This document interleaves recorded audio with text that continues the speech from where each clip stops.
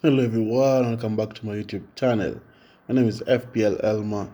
Today I'm going to be going through my Game36 team review, Game37 transfer thoughts, as well as my Game37 team selection. But before we get into that, if you are new around here, make sure you subscribe, and if you know the content, make sure you leave a like. It really helps out the channel. Without wasting any much time, let's get straight into it. So for game week 36, we managed to score 99 points, which took my overall points to 2,313. And my overall rank from 546 to 515.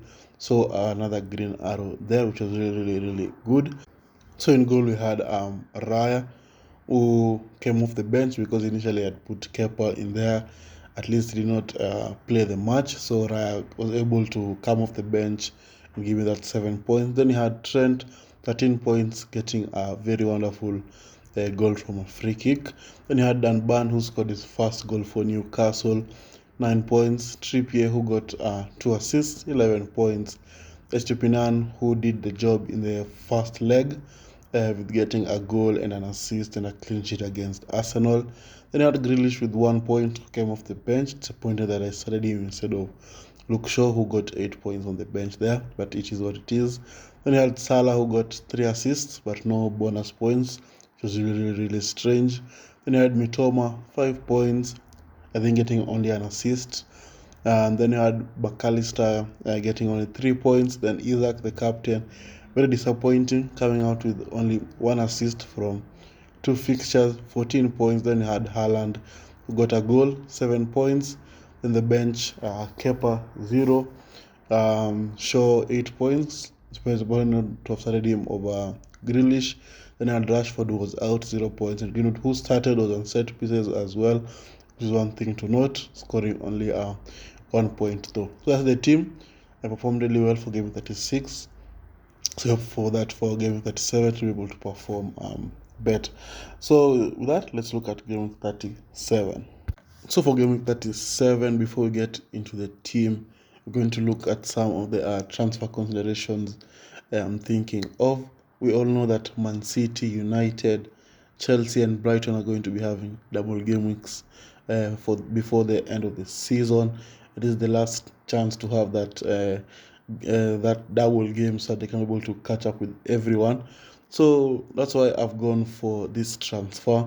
I'm going to be moving on Isaac, who was very disappointing in that double game week. I think because he's playing out wide on the left wing instead of playing in natural position, which is striking. So that's why I think I'm going to be moving him on, and they're playing Leicester and Chelsea. So yeah, it's just time to go for a double game week player and take a risk. So I'm going to be going for Julian Alvarez there. I know they play Chelsea and Brighton, which are very tough fixtures, but it's Man City. They just come back from a dominant display against Real Madrid. I think Pep might rotate and start the players who did not play in that fixture so as to give the others a rest. And I think Alvarez is going to start, although he came off the bench and scored against Man City. I still think he's a very good option to have in there, and that's why I think I'm going to be going for him for that double game week that Man City are going to have. So with that transfer in mind, now we can look at the game 37 team. I'm going to be lining up for game 37. So in goal, we're going to be having Kepa. I know they play Man City and United in both away fixtures, but I think you just have to start your double game week players and hope for the best. You never know what Chelsea might have in store for both those teams. But since Kepa was benched in their previous fixture, maybe he's fallen out of favor with Lampard, but we'll just have to wait and see. But for now, I'm going to be starting Kepa in there. And then we have Shaw, who also had a double game week against Bournemouth and Chelsea, which I think United should be able to keep a clean sheet in both of them. And then Shaw resuming back his normal position at left back, so that he'll be able to get some attacking returns as well. Then you have Trent, who's playing this new role at centre mid right back role. He's been performing really well, and I hope that I can be able to continue performing that same way and bringing the attacking returns as well. Then you have Estupinian going to play Southampton and Man City. So all you can hope for that is during the Southampton fixture he can be able to perform really well, because I think Man City is going to be a very tough fixture for Brighton, and they've been conceding a lot of goals of late against Newcastle and against Everton. They conceded a lot, so I think Man City will also score many goals against them. We also for the Southampton fixture that they can be able to perform and bring out their maximum points. Well, and then we can move on to the midfielders.